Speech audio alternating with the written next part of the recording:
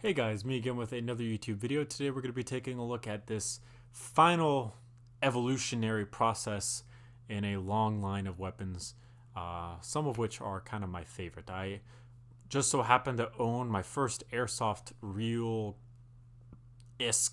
pistol was a 1911, and this is kind of the culmination of all of my thoughts and learning processes as a Lego gun builder. This here is my model of 1911 Mark.III. This is the third attempt at a 1911 that I have. This is actually the first version to that 1911. So a couple of changes.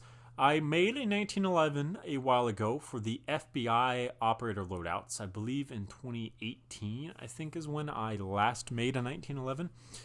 And the problem with that particular 1911 is that the slide itself was 4 studs, the frame was 4 studs, and the grip was fatter than 4 studs, and you could really tell.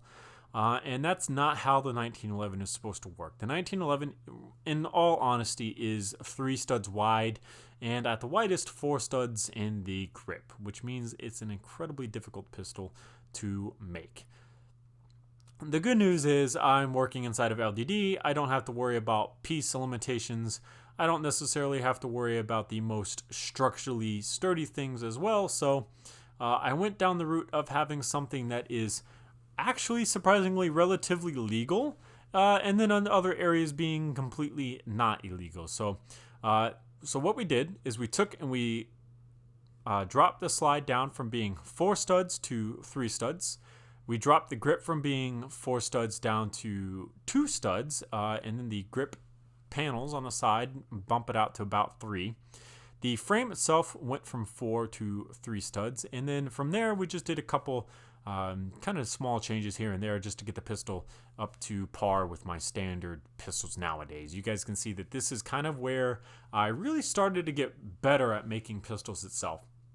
The problem is with this particular pistol, when I showed this off in my different usernames Discord, a lot of people hated that the front of the slide was not smooth. There was this giant plate there that really did not look good. So I went back through, I did a couple revisions trying to get things to be relatively legal and not illegal. And what we ended up getting was this instead. This is a lot better of a 1911. It's a lot smoother and it definitely looks a lot better, that's for sure. So this right here is actually what we have inside of LDD here.